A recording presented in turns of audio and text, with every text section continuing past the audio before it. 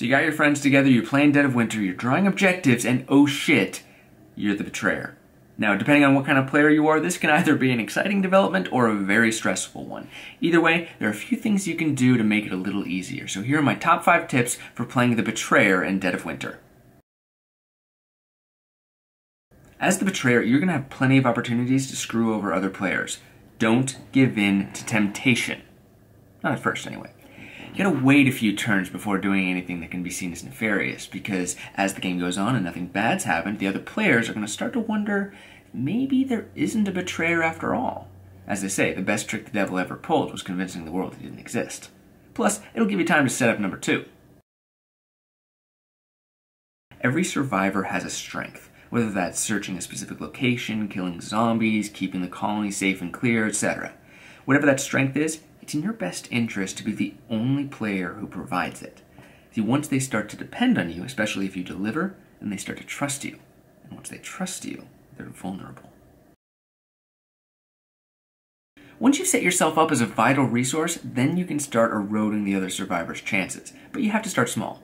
Now, most of the time you have to help out, so do things like contributing to the offering, but don't give them enough to get to the bonus. Provide food for the colony, but only enough to help for this round only. And kill zombies, but if that's not your survivor's main thing, be too scared to do it too often. Basically, come up with a lot of plausible reasons why you can only do so much, and lie through your teeth about the cards that you have. And whenever you get the chance. Every betrayal objective, no matter what else it says, requires the morale to be at 0. So your job through the middle of the game is to bring morale down just a couple of ticks. See, in the beginning of the game it's easy to drop morale because, hey, sometimes it's just unavoidable. But in the middle of the game, people start to get a little bit more wary, which is why it's especially important to gain their trust early. Now the trick is convincing them that they can afford it. That what they get out of dropping the morale just by 1 this turn is worth whatever they're getting out of it. And besides, hey, there's probably no betrayer this game anyway, so there's nothing to worry about.